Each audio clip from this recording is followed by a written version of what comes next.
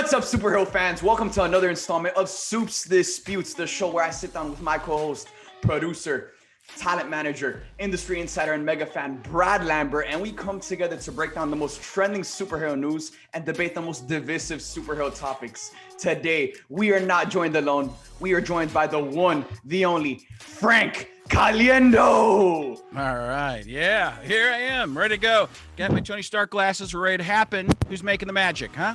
Tony Not just has David arrived. Copperfield. Make it go. All right. Tony Stark has arrived. But Frank, Yeah. It's such an honor to have you on the show, brother.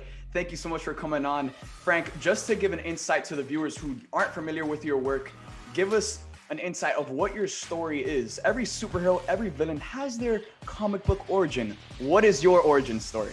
Matt, I'm a legend in the business. I like that you're taking this seriously. I'm a legend in the business because I grew up in Waukesha, Wisconsin. I was born in Chicago, grew up in the Milwaukee area, Midwestern kid. I liked comic books as a kid. I had some Iron Man stuff. Big into the Super Friends, as you can see behind me. For you probably have much younger viewers, but I think some of the people probably remember the Super Friends, the meanwhile, back at the Hall of Justice, Aquaman prepares a peanut butter and jelly sandwich because he can't do crap. My childhood.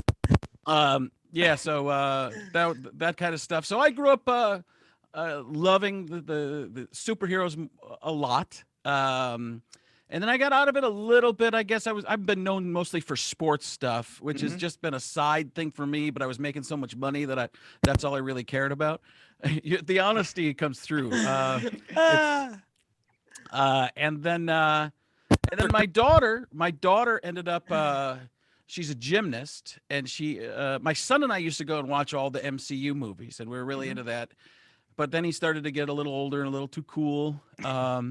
For me, not the movies. He'd go with his friends. But my daughter broke her elbow and became a huge fan of the MCU.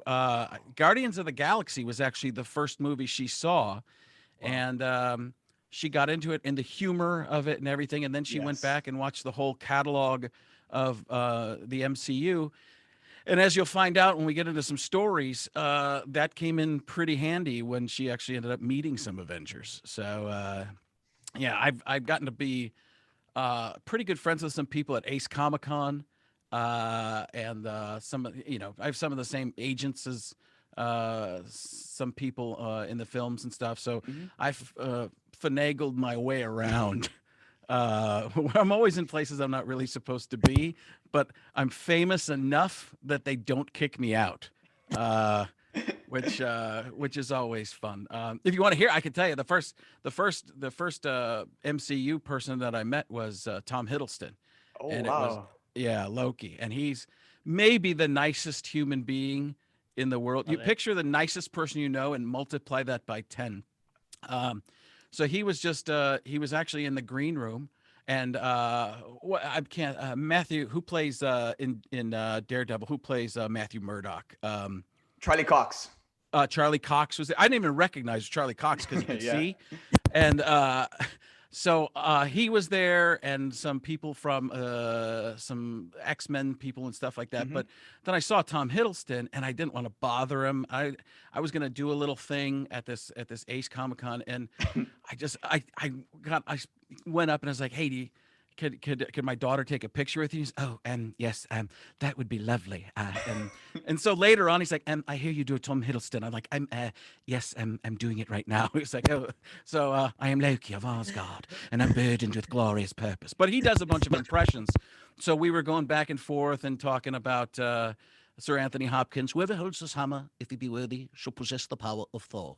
So we're just doing a whole bunch of that stuff and having fun. And then from that time on, I started helping Ace do some promoting of the Comic-Cons and stuff like that. And probably the coolest story I have from one of those was it was in Seattle. We went to Seattle, and the whole day we didn't have backstage stuff, so we could get some pictures and everything, but it wasn't the same kind of access that we had in this first one in Arizona.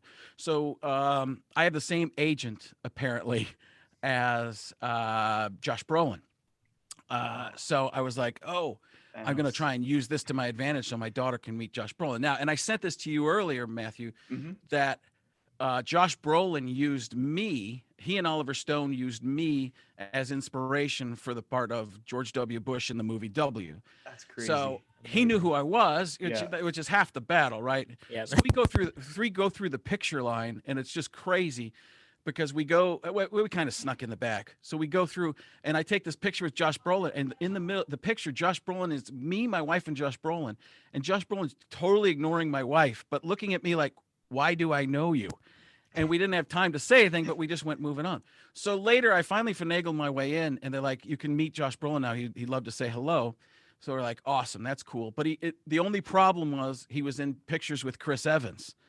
So we're like, "Oh, you know what? That sucks, but we'll make it happen." Okay. So we go in. We're talking for a little while, to some people to get in. We get in, and Josh Brolin's like, "Oh my God." I'm like, "What?" He goes, "You don't understand." I'm like, "What?" He's like, "You are that movie. I was just doing you that whole movie." And my daughter's going crazy. And Chris Evans goes, "What's going on?" And Brolin's like, "This guy, he was the inspiration for one of my roles in a movie." And Evans like, "Which role?" And I'm like, "Thanos." And he's like, "Oh, come on." So Evans goes, "Wait a second. Who are you?" And I go, "Frank Caliendo." He goes, "Oh my God. What?" He goes, "When you do the Madden and you do the Belichick," because he's a huge Patriots fan. Yeah. So he's smacking me. He's like, Chris Evans is just hitting me like I'm one of his buddies. I'm like, "Dude, you got the super soldier serum. Relax, would you?" So he's smacking me all around, and I'm just like, can you lay off it a little bit? I'm not a workout. I'm not the bag at the end of Captain America, the first Avenger, right? So my daughter's talking to Brolin the whole time about her broken elbow and stuff like that. And Evans, they make us go, not the Avengers. The Avengers want us to be part of it. The people taking the pictures were great people. They're like, "We're getting way behind." I'm like, "Oh God, sorry." And Evans like, "No, we got to take some pictures." So we take some pictures and stuff like that. Then as we're leaving, well, we go outside of the pipe and drape, the black curtains and stuff like that. We're standing out there, and Brolin goes by. He's like, "Oh," he's like, you have no idea. It's so great." And then Evans comes out to take a little break, and he looks up and he goes, "Hey, Frank." And that's when my daughter goes, "This is unbelievable." And I'm talking to him a little bit more about football and stuff like that. And then Juliet, my daughter, goes, "This is the greatest day of my life." I'm like, "Why?" She goes, "He didn't have to talk to you that time. He wanted to talk to you." I'm like, "Well, this is the greatest day of your life, and it's all downhill from here. Nothing is ever going to be as good as you meeting Captain America. It's over." So that ended up being like a great moment, and a father-daughter kind of thing. And there was one more little story so we ended up in Chicago. We ended up. One of my friends is the head of security at a lot of these Comic-Cons, especially the Ace ones, Brian Vickers. And he's like, "Oh, you wanna hang out with me and Hemsworth for a little bit?" I'm like, Can we do that?" He's like, "Not really." It was like, "Just come in and take a picture." So we go take a picture, but we just stayed there because nobody was kicking us out. So then we go and take a couple pictures, and then I was leaving, and I wanted to take a picture with my friend Brian. And we were taking the picture, and I think Hemsworth thought we wanted to take another picture with him. So he gets in the picture. He's like, "Oh, well, let's do a little bit of this right here." And he grabs his phone and takes a picture of us with a selfie. We actually got that. So my daughter's like, "Oh my God." I'm like, "What?" She goes, "You're in Chris Hemsworth's camera roll." I'm like, "Is that a cool thing?" She's like, "It's the greatest thing in the world." I'm like, "Well, go tell all your friends, because this is the second greatest day of your life, and it's all downhill from here." So I've been lucky enough to do, and if I didn't have kids, I probably wouldn't do all this stuff, but I have no problem with, I do that with sports with my son. We go and meet some JJ Watt and people like that, but the Avengers and the MCU is so massive that kind of resonates with everybody. So she ended up meeting Tom Holland. I walked around with I don't know, I didn't get the personal interaction with Tom Holland the same way, but in Chicago, he and his brother sneak around, right? And they post stuff on Instagram. Yeah. But they wear masks. So they were wearing Thanos masks one day. but then they posted that they were wearing the Thanos masks on Instagram while they were walking around with the Thanos masks. And some of the agents were like, they did what? I'm like, yeah, he's basically told everybody who he is. They're like, oh no, like it was like, oh He blew his no, cover. that's just him. You know, That's so what he does. yeah, it's well, you know, it's just funny stuff because he's just him. So Yeah. it's the Mr. Stark. Oh, kid, what'd you do? Did you bag the whole thing again? Does everybody know who you are? Okay, let's make it go. Jesus, Frank, you got quite the list of stories added to your resume, and I'm sure Juliet had a couple of fun days of school following these events, right? All the Avengers like her more than me anyway. So it's that's the way it ended up, and she's proud of that. They could, after a little bit, they couldn't care less about me, but they loved her story because she looked like Bucky. She had after the elbow, she looked like the Winter Soldier. So people, you know, at a Comic-Con, if you're if everybody's dressed up, so people don't know what's real, she had this arm brace on and people thought it was just some type of cosplay. So I was like, no, she just had her second elbow surgery and can't do some of the stuff she'd really like to do. So that's crazy. And it's so awesome that you get to bring your daughter to a lot of these events. And by you saying these stories and all of these adventures about you bringing your daughters to meet the Avengers, it kind of reminds me a lot about the movie Ant-Man. So I kind of wanted to ask you about the movie Ant-Man and how that impacted you, because that's like the first superhero movie that I've really seen be told through the lens of a father. Ant-Man's entire motivation is his daughter. He's living for his kids. So how did that movie impact you? She loves Paul Rudd, and some of it is the Who stuff. doesn't? And Joe Buck, who's a friend of mine, who's an announcer for football and baseball, went to school with Paul Rudd and is great friends with him. So I haven't abused that one yet, but I will. Trust me, I will. Flick me. It's coming. Yeah, someday. But I hadn't really thought about that. It is great because listen, I'm a huge screw up. And that whole story is about him being a screw up and then somehow getting somewhere the entire time. So maybe that's a little bit of what Juliet likes about me, that I am kind of the Ant-Man of her. You're so big. But yeah, that's a great, I hadn't really thought about that before, but yeah, I mean, listen, that's a smaller movie. Remember how little, when that movie came out, everybody thought, what is this? This is such a small piece. It can't really mean that much to the overall MCU, right? That was the big talk. It was, hey, this seems like a one-off. It's a smaller budget. It doesn't seem anywhere near as important. And in the end, it's pretty important. Yeah. Very.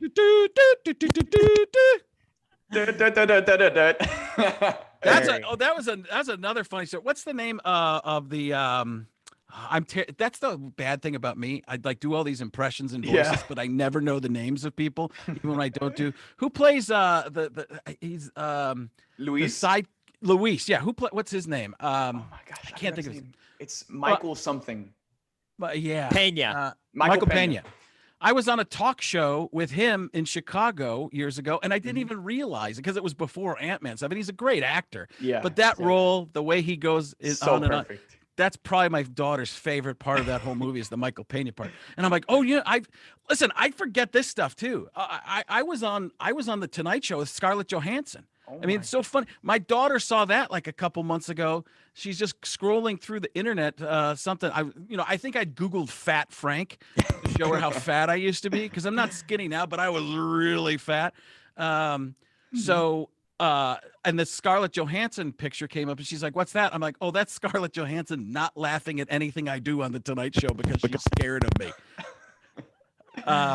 So yeah, that was those moments I could never I could never replace them. So it's I'm glad I've been able to be a part of all the stuff that I have. That's so awesome. And a huge reason you're in these rooms is because the majority of the time you do these characters better than the actors who play these characters. Well, it's fun. I did for Chris Evans. I should have said this. It was before I really had the Robert Downey Jr. You know, this one. I just go, okay. That's all I could really do is like, do me a favor. I did. Evans is like, you do.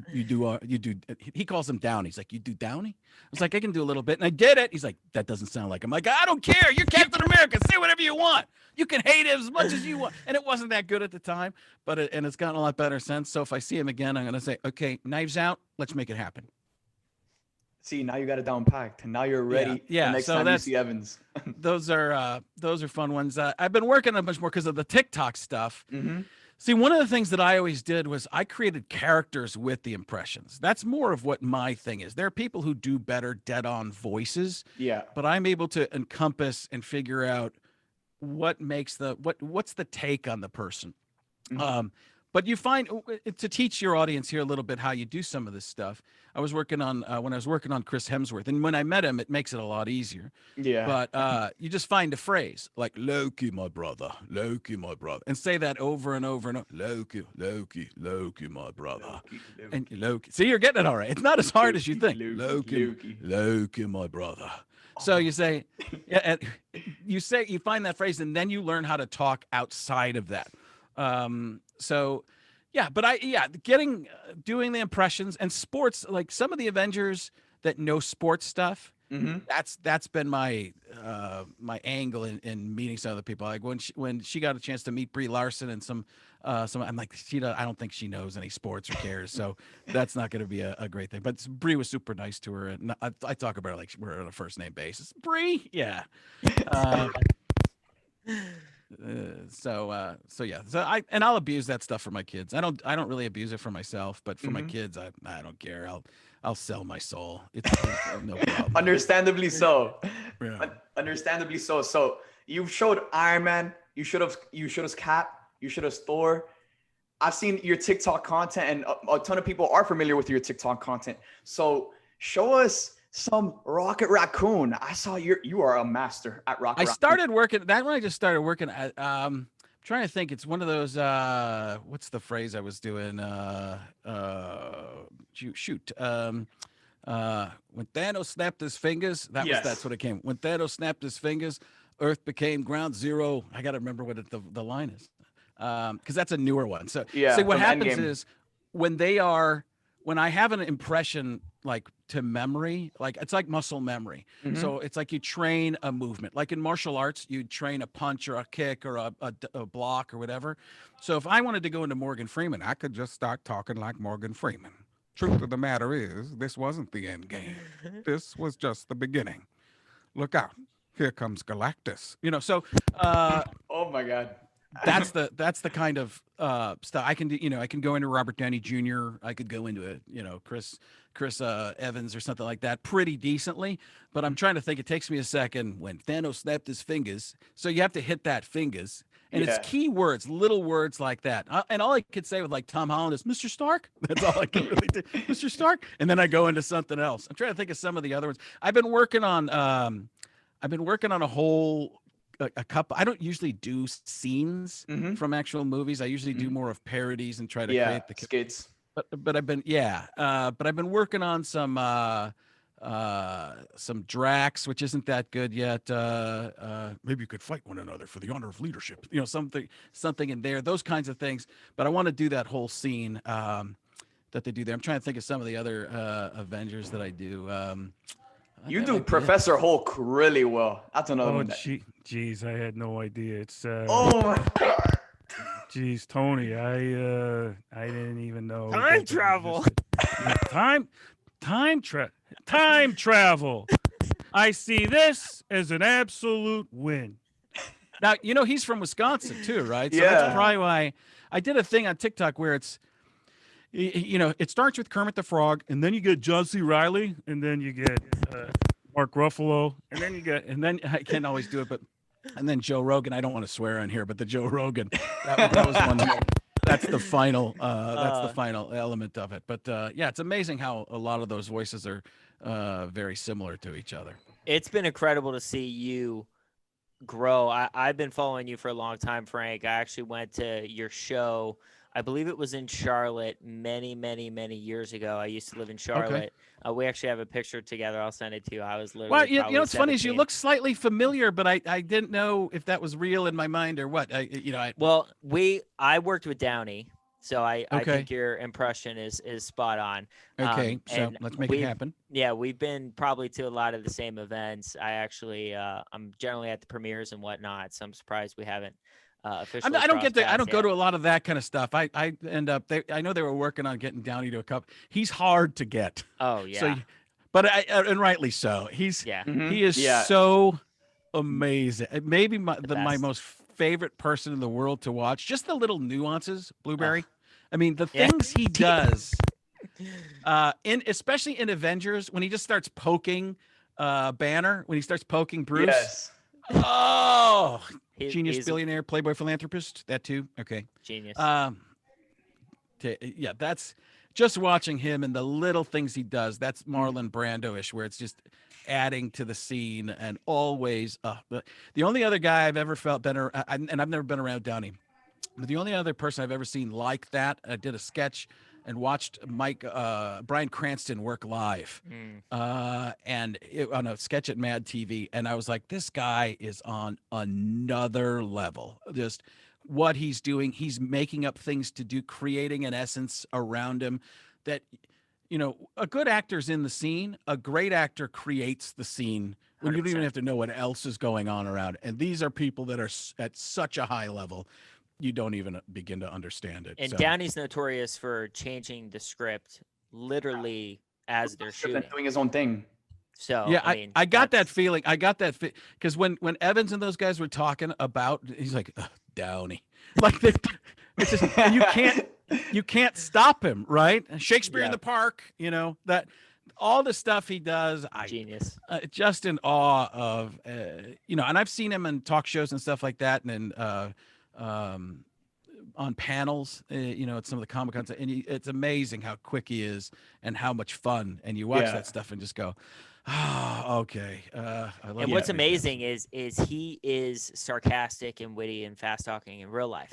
Like Yeah. he is. It's playing just who he himself. is. Oh, I think he's become more Tony Stark now. 100%. Like he's like it's so my I do a bit about him where I say that he just believes he's Tony Stark now. And so Yeah. he'll do a press conference. He's like, "We have decided that next week we're going to the moon." You can't do that. With the tech I developed in Iron Man 2, yes, we can. That's not real. Like you can't tell. He's like, no, it's all happening. It's a multiverse. Come on, Doctor Strange will explain it to you.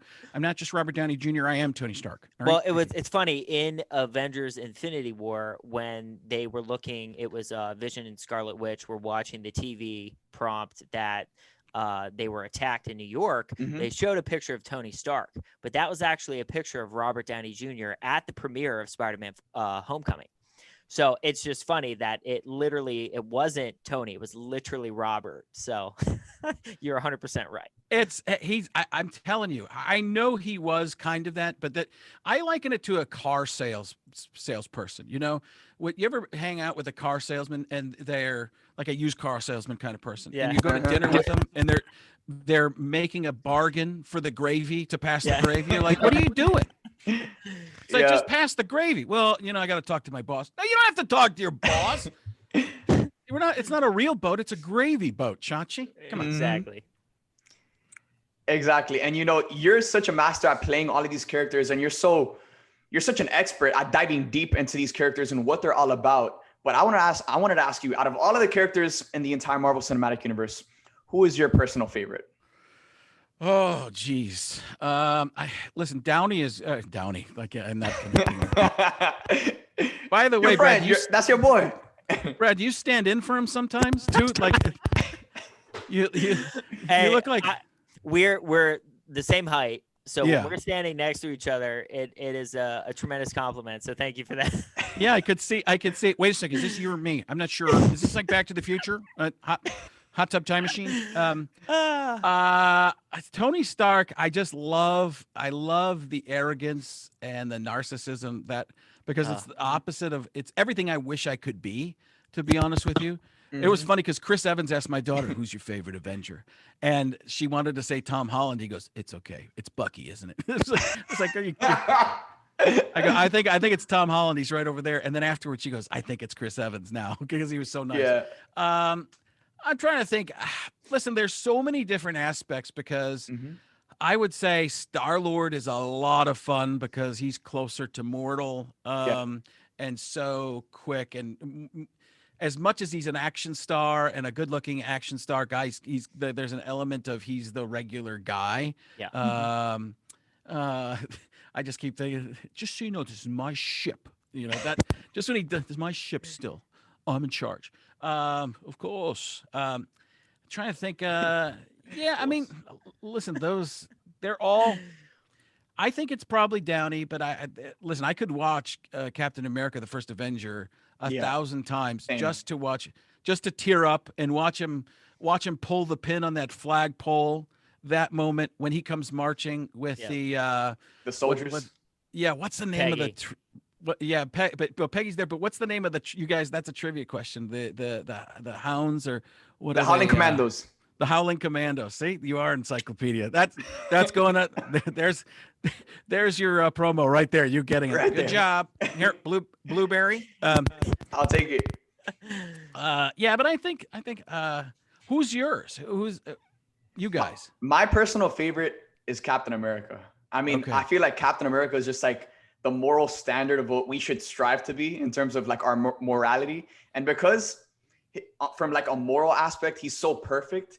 Marvel did something so interesting by putting him in such complicated situations where that morality was tested. Like we see him in the first Avenger, and he's this soldier who just wants to do his right, and he just wants to do what's right and serve his country. But then in Winter Soldier, his country is corrupt. SHIELD is Right. corrupt. And now it's a battle of, do I remain loyal to what I've known my entire life, or Who am I? do I compromise for what's right? He really evolves. Exactly. Even when he's with one of the Russo brothers in the counseling session, Mhm. you know, Oh, it's yeah. like, he's So a good. person from, 20, what year is it at that point? 2025? 5? Yeah. I think it's 2023, I believe. 2023, Oh. yeah, because it's 2018, 2023. So, yeah, I mean, they're all. Listen, I don't They're know. all amazing. I know that's your game, your game that you're gonna make me play, where we got to pick favorites of things. Mhm. But yeah, I don't know. I'm a big Stark guy just because and the way they all it encompasses. It's not just Stark in the movies. It's Robert Downey Jr. How Yeah. they all are like, without you, we don't have this. If Tom Cruise had become Yeah. Iron Yeah. Man, and he's I name drop it again. I've done the Tonight Show with him too. That guy, like, he just appeared behind me. I said Tom Cruise, and my agent goes, turn around, and he goes, "You are a very funny man." I'm like, and you complete me. All right, what do we do at this point? Jeez. So, yeah, I mean the way they all they all talk about him. I think that helps. That's part. I can't Yeah. separate it. I can't separate it as much as Robert Downey Jr. can't separate it. Mhm. Yeah, I'm I mean, just, he's the father of the MCU. Unbelievable. He's the Yeah, guy. I who had this started it all. opportunity. I had this opportunity years ago, and I didn't do it. I don't remember what happened, Mhm. but Stan Lee wanted me to do. It was actually, you know what it was? It was actually a political sketch, and that's why I didn't want to do it. It was a political sketch years and years ago where he wanted me to play somebody, and I never got to talk to him. But I was like, oh, that is one of those opportunities. I should have just broken my normal, not care about this kind of stuff, and not get involved, I should say, and break that, and just because my daughter, Stan Lee to her is like a mega star, Yeah. yeah. So, and Todd McFarlane, who lives down the street from me, Mhm. who is like a, somewhat of a protege and Yeah. Stanley protege and the master of Spider-Man and how Spider-Man evolved in the 90s and everything. But that's another thing. Todd McFarlane loves my daughter way more than me. He's like, you're a good guy. You're a good guy, but you're a good guy. But Juliet, I'm going to give her my company. I got a text from him. It's like Willy Wonka. It's like, She has the all right, Stark let's make internship. it. Yeah, I can show you the world. All right. Wait, that was Disney. That wasn't that was the wrong thing. That was Robert Downey Jr. doing the genie in Aladdin, right? Or no, that was doing Aladdin. Yeah. Wow, I think we just broke universes. Okay, it happens. The multiverse. Well, hey, Frank, you also you have one bit from one of your old sketches where someone in the crowd at your show says, "Do Jack Nicholas." Oh, right. And so that is a DC character that you do, referring to the other guy, but that is one of the funniest bits I've ever seen in a show. Oh, really? It's Yeah, always it found it was- interesting. When, It was clever. It was so clever. well, we try, huh? Yeah. Make it happen. Wait till you get a load of me. Exactly. Yeah. So, but it was funny Jack because Nicholson. yeah, you were Go like, ahead. they were like, Jack Jack Nicklaus Nicholson. is a golfer. Jack Nicholson is an actor. And you, sir, are a Jack fill in the blank. You ever danced with the devil by the pale moonlight? I always ask that of all my prey. Good. iconic. So good. Yeah. Well, thank you guys. Now should we get to your show? Because I've been just babbling on and on and on. Dude, I'm Amazing. loving this right now. Amazing. What just happened to me? Did you see I just became a character? Oh, that's so much fun. This is a character I'm going to create that's going to be on Soups once in a while. So Just in the background. In the It is background. unbelievable. Tom Holland just got his pages for Spider-Man 3, and you know what he's doing? He's putting them on Instagram. See, I need that. I need that. Oh my goodness. Oh man. So we talked a bit about the Marvel side of things, but you're obviously a huge DC guy as well. Hold You on. love I superheroes in just general. had Chris Farley as Fat Thor. Okie dokie. Is that you right there? What are we doing? Korg, give me that phone right. Give me that headset. Okay, Nukemaster 69. What's going on here, buddy? You're going to be living in a van down by the river. Boom, Fat Thor right there. Iconic scene. Melted ice cream. Hey, we don't say his name around here. All right, sorry. I gotta get a breath. Ask your question. Taika. All Oh, right. he's the best. Oh, yeah. Taika's the best. Thor 4 is going to be amazing. Silliest MCU movie probably of all time. You know, But- I'll tell you. Okay, can I say something there? Yeah. That's what I do. The first go round, I did not love Ragnarok. I liked it, Mhm. but it seemed so goofy, but now it's one of my favorites because I think it changed the universe. For sure. That is definitely become one, and you know the fun stuff with Captain Sparklefingers, yes, yeah, with Jeff Goldblum's Mhm. incredible in there. Genius. He's here. Yes. Hello, goodbye. What are we doing here? Goodbye. There you Mr. go. Sparklefingers, yeah. What did he say? You are from living. You are something from living. I can't remember. Yeah, it's I'm pardoned. so bad. Pardoned. Yeah, you are from life. Yeah. you are pardoned from life. He And was then so- Thor's like, oh my god. I'm still recovering from Fat Thor, guys. Look, I gotta fix Uh. these. Oh, jeez. So good. All right. So we talked a little bit about the Marvel side of things. Now let's talk a bit about DC. You're obviously Sure. a big DC guy. What would you say is like your favorite DC impressions to do if you do any DC impressions? You know, I don't Favorite have a DC lot of characters? I don't have a lot of them. I'll tell you what I think my favorite DC movie is probably Shazam. Oh wow. And I'll tell you why, because Mm-hmm. it has a point of view. You know, that's what Marvel has had Mhm. with their movies, and I think DC seemed to be lacking at times. I think they're starting to get it. Yeah. But it's it's Big, the movie Big, Tom Hanks, Mhm. with a superhero, and that I think that's and when I know this isn't a spoiler for anybody here, but when Superman shows up at the end and you find out he's in that universe, Yeah. there's just a lot of that one's pretty great. I'm trying to think if there's anybody else. I don't really do anybody in the DC universes. I was on a plane once with Jason Momoa. I'll tell you. You want that story? Yeah, sure. Aquaman. Let's go. Yeah, so apparently he had a private plane or something that broke down.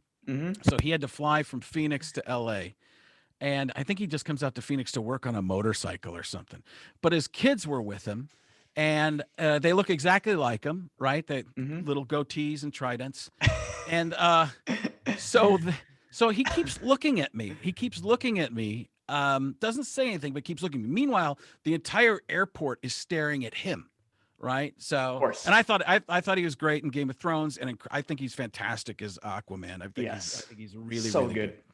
And fun. He's somehow funny and powerful at the same time, which is it's Hemsworth can do it too. Yeah. Not a lot of people. Both have just like that explosive, but they bring some of the fun and the goofiness out of themselves and their own personality onto their characters. Yes, definitely. Yeah. And Ragnarok, that's what changed Thor too. Yeah. And especially in Endgame, that was one of the things I said to Chris Hemsworth. I go, I know people think you're good looking, but God, are you funny? And I think he's like, oh, well, let's take a look. So we're on the plane. Jason Momoa is there. People are taking pictures of him all over the place. We're in first class, not together, but he's on the opposite row, and I'm on my way to shoot something at Fox for a sports thing or something like that. Well, I try to sneak a picture for my daughter, right? And just to show her that, because I still have it, but I don't post it or anything like that. But it was funny because I took a picture of him, and then he's like, hey, none of that. So he stopped me from taking the picture. Then the flight attendant tried to take my picture, like to take the camera away from me. He was like, hey, this is America, lady. This isn't Atlantis. He doesn't rule this. Freedom. Freedom. So, but that was the end of that. Was basically the story. I just have this picture with Jason Momoa reaching for my camera, reaching for my phone. But I could see he didn't want to be bothered. He was with his kids and stuff. And of course. I think he thought I was paparazzi because when somebody notices you, and they keep looking at you and they can't place you. I'm one of those people that people don't really always know who I am, but they're like, I've seen that guy. Was he my gym teacher? That kind of a thing. So it ended up, but I was such a cheeseball at the end. It was so pathetic because I wanted him to know that I was in Hollywood too. So I get on the phone at the end and I'm really, I'll be at the Fox Studios in about an hour on my way in. No problem. I'm ready. Camera ready. It was one of the most pathetic moments of my life, but also it made for a great story. So and if that plane had gone down over water, he could Aquaman using his telepathic powers. You're good. Summons a whale. You're good. You're good. All right. Next, I'm ready. All right. You guys, the funny thing is you guys can never tell when I'm done because I'm never really done. And that just happens. That's what I'm saying. Like, we're just letting you go. The same way Momoa and Hemsworth, they just let loose on their movies. I'm letting you do your thing, bro. And it's making up for some pretty entertaining content here. So now let's move on to Moon Knight. Today we got some breaking Marvel news. Marvel has casted their Moon Knight. For those of you who don't know Moon Knight is a mercenary. A lot of people like to categorize him as Marvel's Batman.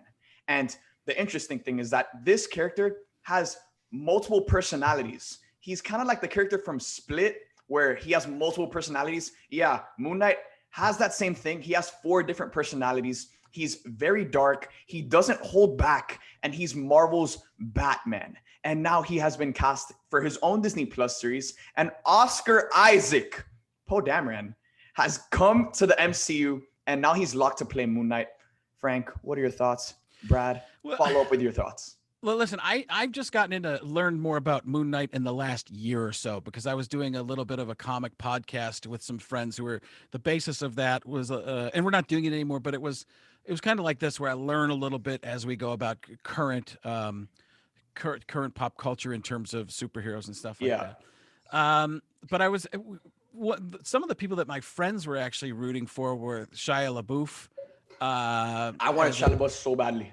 Yeah. So badly for Moon Knight. How do you say it? Is it LaBeouf or is it LaBeouf or is it LaBeouf? Shia LaBeouf. Shia LaBeouf. It's just one. It's like Madonna. Shia LaBeouf. Yeah. That's how I say it. the one thing that everybody had said because I only have so much of my own knowledge of this character, that they thought it would be a Jewish actor, because Yeah. there is a whole reckoning that that character goes through, and stuff like that. But in terms of Oscar Isaac, how do you say it? It's Oscar Isaac? That's Oscar Isaac, yes.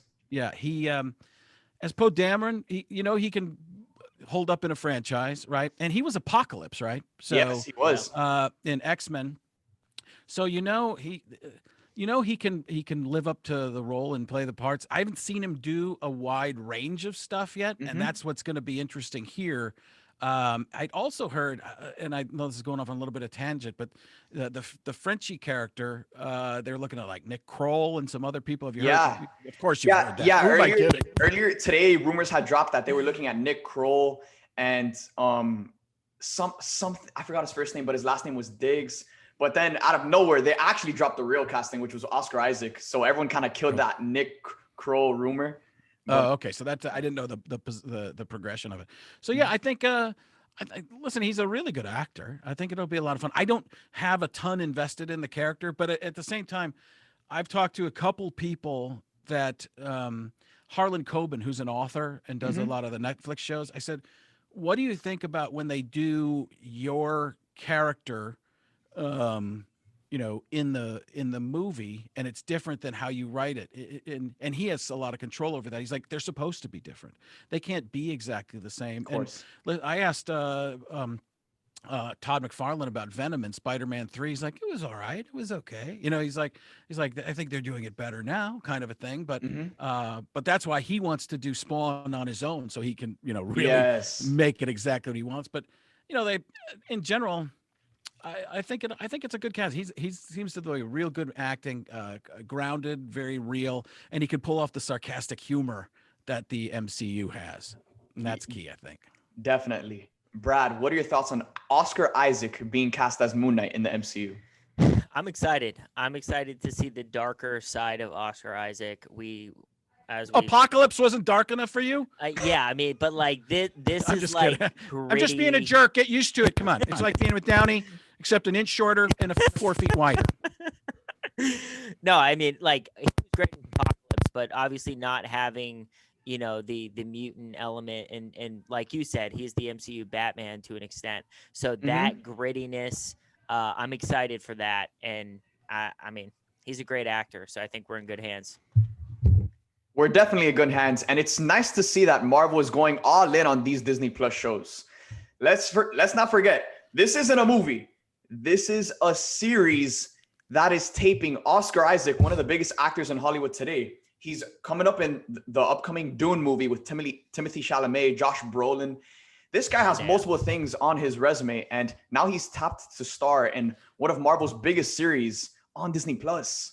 I don't think when you think about it, these streaming, these Disney Plus shows are going to be a lot like movies. And I think with the way COVID has changed everything, I think they're going to blur the line now. Things, the movie experience is going to change and be a little bit different, especially for in the short term.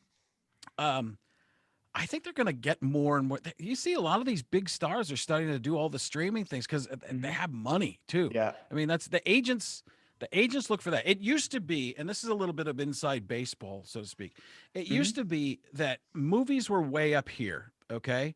And then TV was here. Commercials were here. That line doesn't exist. Those lines don't exist anymore. People will do, they're, I'll make an exception with the person like a Robert Downey. There are very few that just have no tattooed on them to all the questions, but they're asked so much.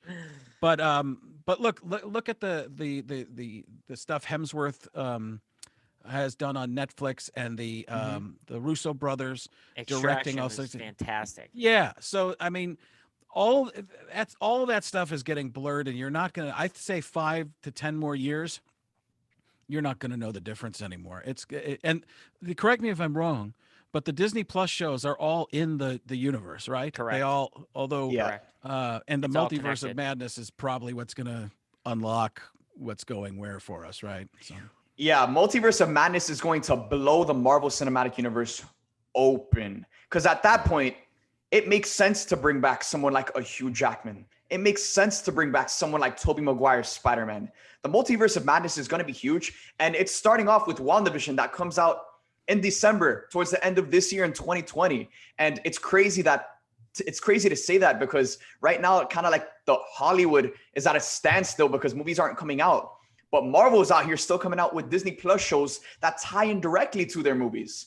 So come 2022, when Doctor Strange in the Multiverse does come out and we can actually return to theaters to witness that movie, it's been building this entire time with all of their Disney Plus series that are leading up to this massive event. And you've probably hit on this before, but this is my episode. So the WandaVision is, we believe, happening in her head. Is that the current thought of this is all happening? Maybe Mind Stone. Is it Mind Stone related, or is it? So the current thought of what's happening is that after the events of Avengers Endgame, Wanda taps into some dark magic and she creates her own alternate reality. And in this ideal alternate reality, everything's perfect. It's exactly how she wants it. She's with Vision. She has kids. And there's some things that are weird about this alternate reality that we still don't know why it's that way, because time is moving differently. We see them going from the 40s to the 50s, 60s, 70s, 80s, 90s. And time works different in this alternate reality. And the fact that she's dealing with alternate realities and the multiverse, something is going to happen where she's going to mess up all of the alternate realities, and it's going to send the multiverse into madness. And the thing is that she doesn't know what she's doing. She's not Scarlet Witch. They haven't even called her Scarlet Witch in the MCU. They've just called her Wanda. But in this series, she's going to become Scarlet Witch. Oh, okay. So I didn't realize that. So she sets off the chain of events to explain why the multiverse is madness. Yeah. She's the thing that triggers it all. After the results of Infinity War and Endgame, she's not in a good place. She lost Vision. Right. She was gone for 5 years. She comes back. She obviously whoops Thanos, right? And then she's without Vision. She finds out like he's not coming back. She lost Cap, who was a close friend of hers, right? He went away, and her world kind of fell apart. So, and her older sisters are billionaires. Yeah. Are they older or younger? Doesn't matter. They're the Olsen twins. They can be whatever they want. Yeah, I didn't. Yeah, I guess I didn't put. I'm bad with timelines. I need the ancient one to explain it to me again. If we put this back, it'll be fine. Yeah. So okay, cool. Yeah, and that's why WandaVision is coming out next. Because I have that comic book or a graphic novel of Meet the Visions. Is that what it's called? It's because people had told me a couple of years ago, get this one because you'll need to, and that seems to be what that's mimicking. So yeah, it's gonna be mixed with Meet the Visions and a little bit of House of M. So you just combine House of those M together. Is House of M Scarlet Witch? That's that story. She's integral. She's integral to that story. Okay. So got it. Meet the Visions, House of M, combine it together, you get WandaVision, and it's going to set off what's going to happen within the next couple phases of the MCU, phase 4, phase 5, and it's going to set up the future of Marvel. And now that we're talking about the multiverse, it's time to talk a little bit about Spider-Man 3, which is going to have some multiverse elements. But right before we get into talking about the multiverse and Spider-Man 3, Tom Holland has arrived in Atlanta. He took to Instagram to hype up the fans. He's officially in Atlanta. He's got the script for Spider-Man 3. In this very moment, he's probably reading the script right now, prepping to film, because production for Spider-Man 3 has officially begun. So, guys, what do you guys think about Spider-Man 3 officially being in production? With a 14-year-old daughter, I think it's the biggest news in the history of Western civilization. Yes. She's going crazy for it. She follows everything that's going on, especially after meeting Tom Holland and his brother. She's ecstatic. I love the Spider-Man movies. They're a lot of fun. In the way I'm still surprised that it's all happened. That it's all come together. Although my daughter Juliet does believe that most of the Sony stuff is all publicity, because she goes, it always works out. She's like, every time some big news comes out, 2 days later, bigger news comes out. And apparently my daughter talks like Tony Stark. I didn't even realize that. She has a great attitude. I love it. Yeah, well, no, she's in it. Like, I originally wanted her to be on this show because she would fight you, Soups. She would just she goes at it with people on just thoughts and theories and stuff like that. And she I've never heard a 14-year-old start this sentences with this phrase so much. People are saying, "Who are the people?" Well, just people. We'll get her on next time. We gotta get her on here, man. Rumors. There are rumors. Like, what 14-year-old starts? Rumors are. There are rumors currently that what? She is invested. Yeah. So excited. Yes. And looking to see. I'm more interested in how they tie everything together nowadays. I love the actors and the stories themselves, but the way they do little nods to other movies and the fact that you pay attention throughout and a lot of stuff I missed the first one or two times going through, that it comes back and pays off later. Yeah, that's the brilliance of the MCU. That they took, what's happened in streaming, why you binge a Netflix show, but they've done it with movies. Yeah, that's just the utter brilliance to me. And I guess that's production there that they who's the main, what's the guy's name? Kevin Feige. Feige, yeah. And Tom Holland, when he said Kevin Feige, who? Feige. Yeah, is that because I always thought it was Kevin Feige, like because I just read it. I was like Kevin Feige, and he's like Kevin Feige. Okay, yeah. But yeah, that's the brilliance. It's just, and it has to be. Up until this point, Endgame, everything, because they were all in the same universe, much harder. Now they can mess around a little bit more and go outside because they can explain it away. But yeah, just brilliant. So Brad, your turn. I'm excited. I think we're going to be getting some news now that Tom has arrived, and he's been hyping it up with social media content and things of that nature. We don't have a title yet, which I expect soon. We don't have a casting on the villain or villains, other than we know Jamie Foxx's Electro is apparently going to be in the film, but he is not the main villain. We all know, we've heard that Craven is apparently going to be the villain. Not confirmed. There's no casting on Craven yet, right? Yeah, exactly. No casting on Craven yet. So now I was just gonna say, this is Sinister Six makeup. Oh yeah, for sure. They're building towards it. For sure. So now that Tom is there and filming is officially starting, they have to announce who's playing the villain and who else is a part of it before the set photos leak. So I expect that sooner rather than later. Who's up for? Who are they talking? Rumors are saying who for Craven? Well, they haven't listed any specific actors, but they said that Marvel's looking for a Joel Kinnaman. He's the guy who played Rick Flag in Suicide Squad. Oh, okay. Yeah, they're looking for like an actor of his caliber to play someone like Craven. Tell me, does a Liev Schreiber type, because he seems like he could play a Craven, although who was he in X-Men? Sabretooth. Yeah. He feels like he could be in there. Momoa.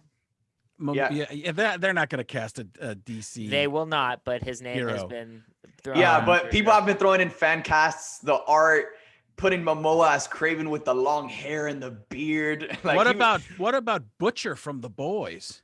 He's another one. He's another one that they've been saying. Yeah, he easily fit that role. And didn't Homelander just get cast? Did he get cast as something? No. Or was that a joke? That was a joke. Yeah. Cast as Wolverine. No, okay. I mean, there's rumors, and people would love to see him because he said it. That actor Tony Starr, he said that he would love to play Wolverine in the MCU. So once he said that, the fans took it away, and now everyone wants to see him as Wolverine. Yeah, he's really good too. I mean, it'd be interesting to see because that's such a different type. I mean, just a different character. His basis is good as opposed to Homelander, who you think at the beginning is base good, but he's pure evil. What do you think about The Boys? Because I've fallen in love with that show, especially Homelander. It's fantastic. Listen. Here's the weird part. I don't want to. There's a certain point where you can't root for Homelander anymore. You just have to go. For some reason, he's such a terrible person, and most of it you're just kind of going, why do I still like this guy? Right? Why? And then you find out it's almost like finding out he's part of, saying Hail Hydra. It's like, Yeah. it's almost like that, in Captain America, Hail, I want one more thing, Hail Hydra. That kind of that moment, which I guess in the comic books, Captain America did actually work for Hydra at one point, right? So, but it's just so well done. It's so ridiculous. It's such a parody. There's so many parodies and parallels to Endgame in there, and the Marvel in the MCU and all superhero movies. That's really just well done. I love that show. And listen, I won't let my daughter watch that because she's 14, but she would go crazy for it because the gore for no reason is just. It's just I feel terrible laughing so hard, but it's brilliant. It's like Deadpool, you go, like they oh just my don't God, hold back. how did they get me to laugh at that? Oh, I feel like a terrible person, but I'm proud of it. And I think like that's the weirdest aspect of the show is that everyone in the show is just terrible human beings. They're all just terrible human beings, including the good guys. But if you look at someone like Homelander, which is a fan favorite, his acts are inexcusable. He is one of the most evil people to exist, but somehow you still like the guy, and it's weird because then it's like you're questioning your own morality. Like, why do I like this guy even though he's just so evil? Yeah, and that's a great villain. I mean, he's kind of an anti-hero. I mean, listen, I don't even know. I couldn't even tell you. I guess Jack is the hero in that, and in a way, Butcher, but. Even then, Jack is the purest one, but even you can see that his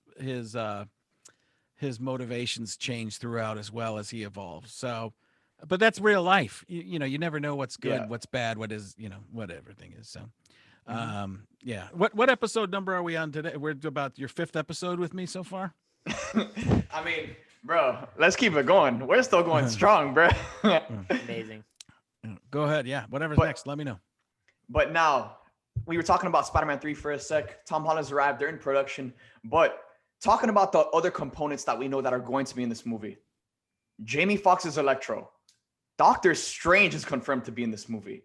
So at this point, it's inevitable that they're setting up the multiverse with Spider-Man. This could lead to a Spider-Verse movie where we can potentially see Andrew Garfield come back and Tobey Maguire come back for the Spider-Verse team-up movie. Now, again, nothing's confirmed, but when you have the multiverse and Spider-Man in the same movie and it's all correlating together, it's hard not to think that they won't have plans or they won't have at least conversations to potentially bring back Andrew Garfield and Tobey Maguire for a Spider-Verse team-up movie where we see the 3 Spider-Men team up. So Frank, Brad, what are your thoughts on the 3 Spider-Men potentially teaming up?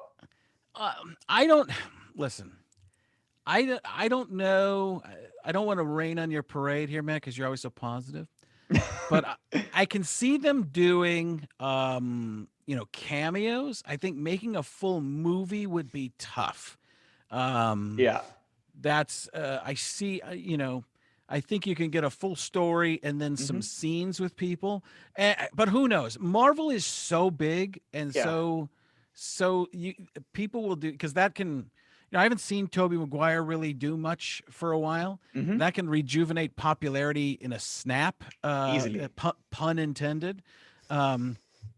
So I mean, 10 years ago, I'd have said it's the most ridiculous, far-fetched thing in the world. Now, I don't know. It would be great. I mean, that's always been my favorite thing, is a look in when somebody references something from another movie or show or outside of their own universe that you think doesn't exist there.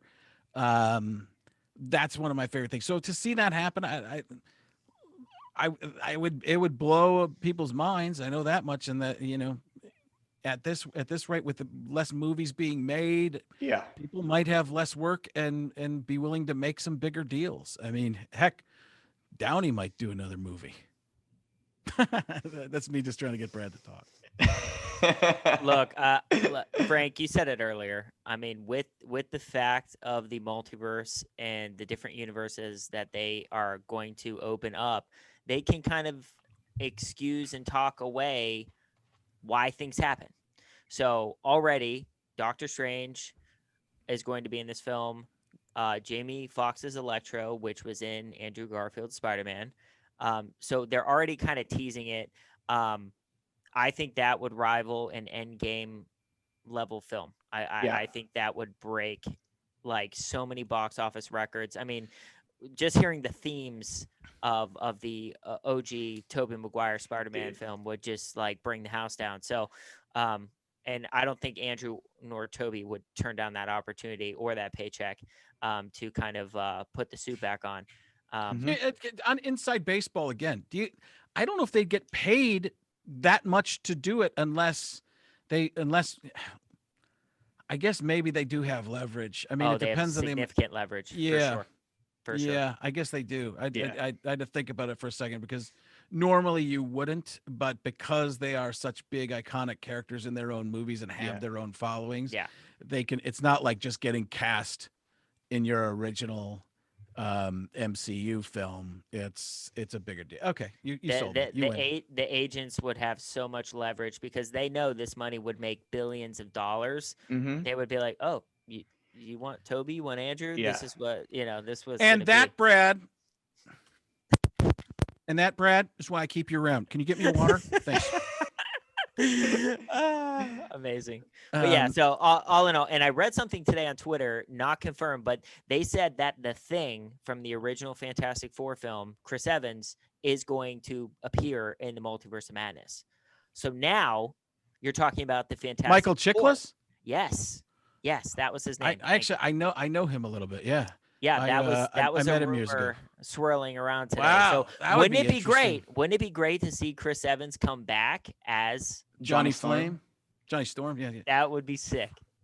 That would be a nice little cameo. Yeah. And a little Ben Grimm, huh? Yes. Yes. Yep. But that opens up everything. The Hugh Jackman was going around on Twitter. Yeah. Like, we've always wanted Hugh in the MCU, and Hugh wants to be in the MCU, but it never happened. But a one-off cameo, like we're talking about, Frank, gives him that opportunity to be in the Marvel Cinematic Universe, even if it's for 20 minutes, as his iconic Wolverine. The amount of money they would make just on the Spider-Man like memes. Yeah. Yeah. Are you kidding me? Like, they're all pointing at each other. Everything's on the table now. Again, 10 years ago, I'd have told you you're crazy, but you look at all this stuff now, especially now. I don't know if I've heard this somewhere, if I made it up in my head. I believe that Multiverse of Madness is going to be a lot like an Avengers 4, though. Don't you think that's going to be almost like Captain America: Civil War, where it's well, it is Strange and Wanda. Yeah. So we know it's strict. I don't think it's going to have the level of the cast that something like a Captain America Civil War had, but the impacts and the ramifications of that movie, it's something that's going to be universal. But why would actually make it a roster? Yeah, that's the thing. The cameos. Yeah, because it's planting seeds, right? Yes. Yeah. Yeah, that I guess they wouldn't be seen in as big okay. It's total fan service. It's total fan service. And that's what that movie will allow them to do. Have you guys, I know I'm going off on tangents and making your show too long, but have you guys watched Sherlock? Have you ever watched the show Sherlock? With Benedict Cumberbatch? If you want to see the genius of that man, he's beyond incredible. It's funny. And he does a bunch of impressions too. Ross Marquand, who played the Soul Stone Keeper. He does a bunch of impressions. I did a thing with him on my podcast, and we were talking about we want to take on Cumberbatch and who else? And Hiddleston in Impression Fest. Do it. Yeah. Let's do it. Yeah, I can make that happen. Yeah. Do it. It's never gonna happen. I see this as an absolute loss. Could you imagine fan voting? Me and Ross versus two Avengers. We get no votes. Yeah, like who won this battle? And we have Hiddleston coming back as Loki in the Loki show. So it's like the Disney Plus shows mixed with the cinematic films that are coming out. They're all connected. So the universe is just going to explode on so many different levels.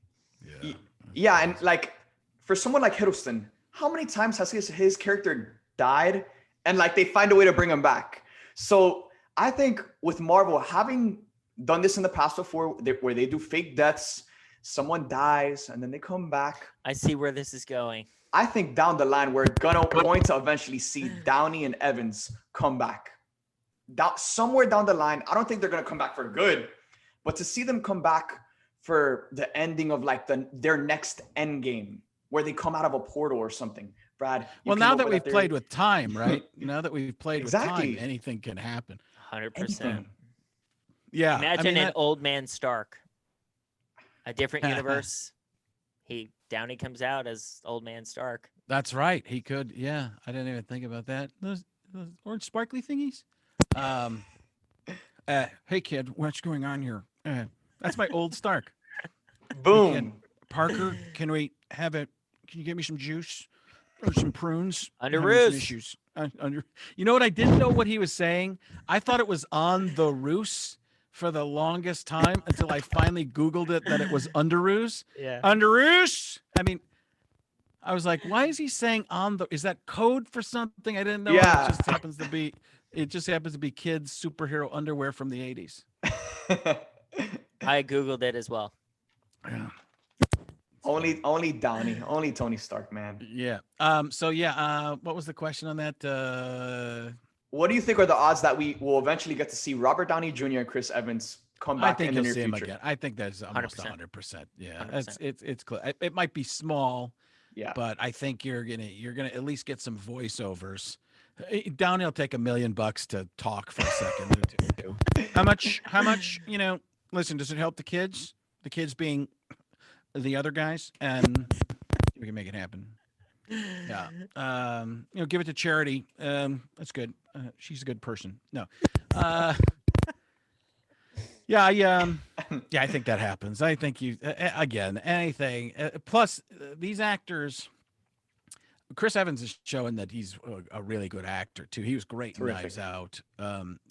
So I think that, and he wants to direct and all sorts of stuff. I think that they will all have an amount of loyalty to the fact that they become mega millionaires from this company, that they'll as long as it isn't too much on their schedules and stuff like that. And listen, COVID's changed everybody's schedules anyways, and COVID's changed life for everybody. Mm-hmm. People have looked around and said, oh, you know what, I could do something good. I can help people more than they've ever thought about that before 100%. Too. So yeah, I think that happens. And even with COVID, like COVID kind of hit, and we all kind of resulted to, all right, like what's the most important to us? What are the things, the people, the businesses that mean the most to us? So judging off of them, obviously they have way different lives than we do, but maybe they have done some reflecting on what has made them who they are, what has gotten them to be in this comfortable position where they can go through a worldwide pandemic and not have to worry about their finances. And maybe down the line, they want to pay Marvel back and just return if Marvel ever asks them to come back. Yeah, I think that's that. Yeah, I think there's possibility. I think it's absolutely going to happen. Yeah. It might not be for 7 to 10 years, but it'll happen. Because we got to remember, they're bringing in the Fantastic Four. They're bringing in Deadpool. They're bringing in the X-Men. They're bringing in all of their players that they've ever had from the comics onto the big screen.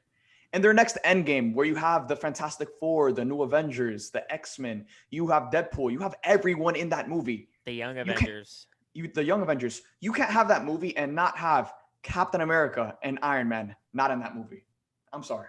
You just can't. Yeah. Yeah, I feel like it. It also allows you to bring back, like, Scarlett Johansson, you know? Mm-hmm. Yeah. Yeah.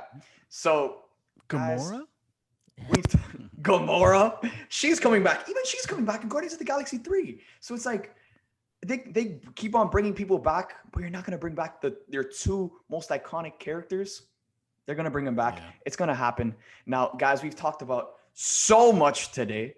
Frank, I want to give you any final thoughts to leverage this stage to just influence people to whatever you would like. Let's see.